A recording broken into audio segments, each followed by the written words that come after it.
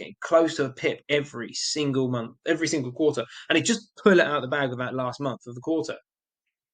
And it's really stressful for him, and there's a lot of extra work, and he was getting really frustrated because he was like, why can't I just bill consistently? Why can't I just have a nice, stress-free life where I'm constantly hitting target, maybe even exceeding target as I go through the year?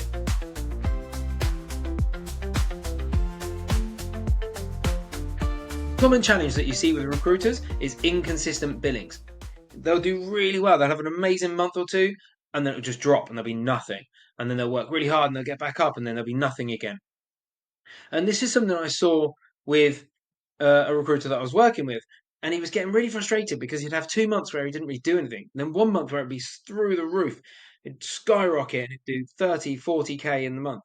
And then he'd drop back down in 2 months he'd miss and then back up again really big. And it was every single quarter he was doing this. And he was getting close to a pip every single month, every single quarter. And he'd just pull it out of the bag of that last month of the quarter. And it's really stressful for him, and there's a lot of extra work, and he was getting really frustrated because he was like, why can't I just bill consistently? Why can't I just have a nice, stress-free life where I'm constantly hitting target, maybe even exceeding target as I go through the year? Why is it that that's how I recruit? Why do I have to have this and nobody else? And the first thing was he's not the only one that does it. Everybody else does. He's just a more drastic case, right?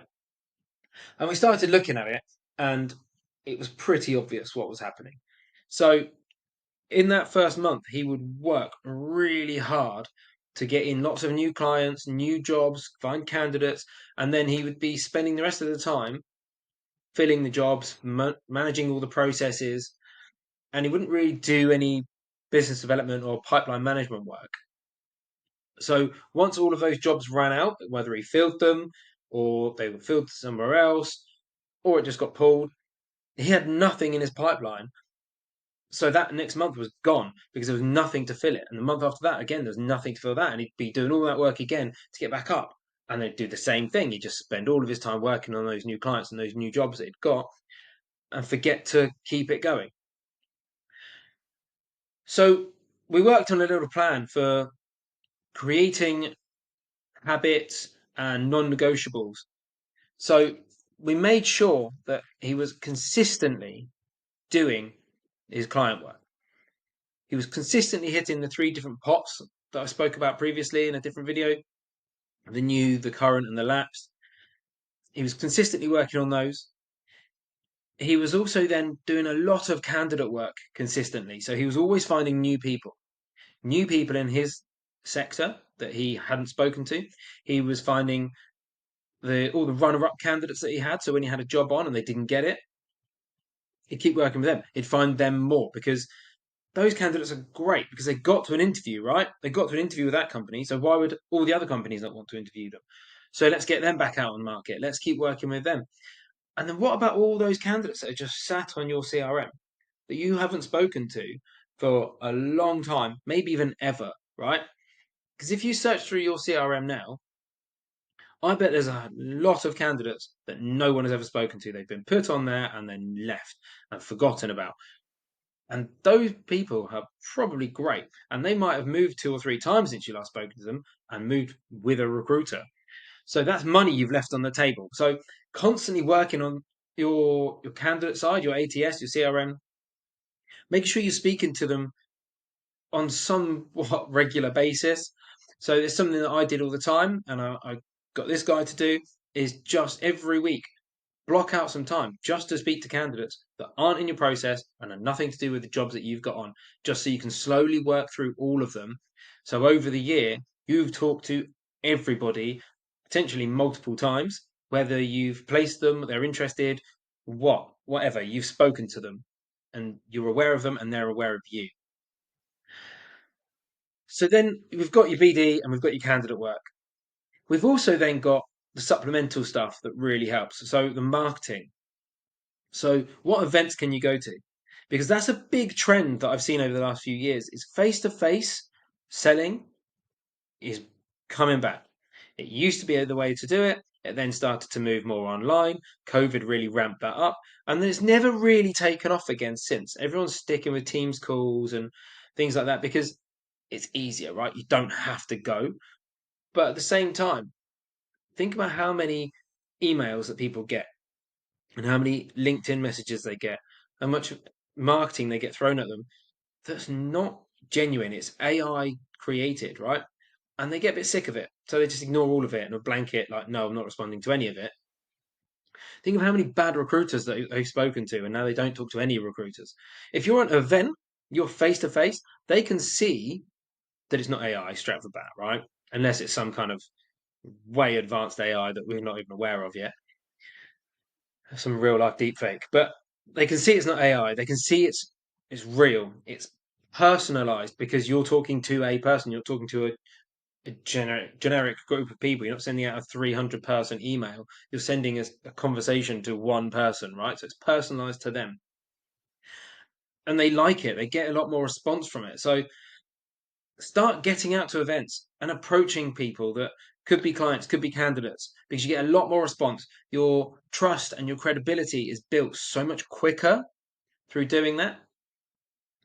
But using social media as well, like that's a massive part of recruitment that is not utilized. Most recruiters only post jobs.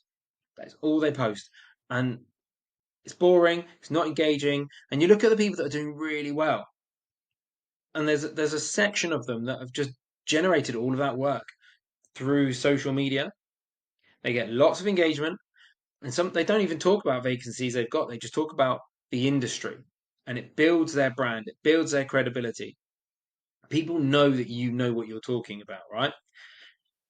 So start blocking out some time for that. So that's what we did with this guy. He started doing some social posts. It was really out of his comfort zone. He did not like doing it, so we started really small. We just started doing twice a week. Then we moved to 3 times, and then eventually we got up to 5 times. Yes, some of it was just posting a job, but some of it was a poll or resharing a post from somebody else and putting some thoughts on it. It could just be some thought leadership himself. It could even be talking about a candidate that they've got. But we put time in the diary for all of these different things. So all the 3 different types of BD, we weren't just sticking with one. All those 3 different types of candidate work, and then we started to try and get marketing events or site visits booked in the diary. We started to get social posts booked in and scheduled ahead, so they were already done. And we started to see his billings level out.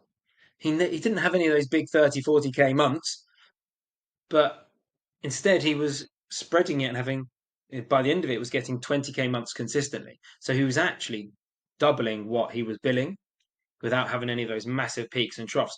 And it was a lot more enjoyable, a lot more stress free. And he was doing things that he didn't realize he was capable of doing. He didn't think he would ever be able to do consistent billing. He thought that was just how it was for him. He was resigned to that. But it's because the process was wrong. He had no pipeline management. So alongside doing all of this and blocking this out, we were always checking that pipeline, always making sure that there was new stuff coming through. Whenever he finished a deal, he made sure there was at least one more deal, one more job on the pipeline to replace that one. But he was always looking to kind of have a nice ratio of things moving through that worked for him, because the ratios are different for everyone. That's a whole other video. But we always made sure that we had a certain amount of stuff in each section of his pipeline. And if one was looking a bit small, he'd flip what he was doing so that he could move stuff along to fill up that part of the pipeline. And if that meant dragging some things through and really pushing some processes through to fill a section up, great. Now you've got to work on this part.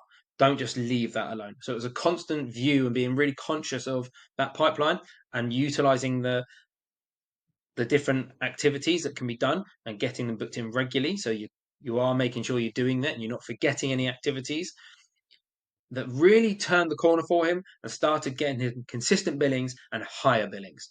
So start taking a look at your pipeline. How much are you going to be billing this week, next month, and the month after, and by the end of quarter? What activity have you got in there to fill those different months up? Because that's how you start getting ahead. That's how you will stop living sort of month to month in recruitment, because that's not a fun place to be. So start plotting your pipeline out and see where you're a bit low.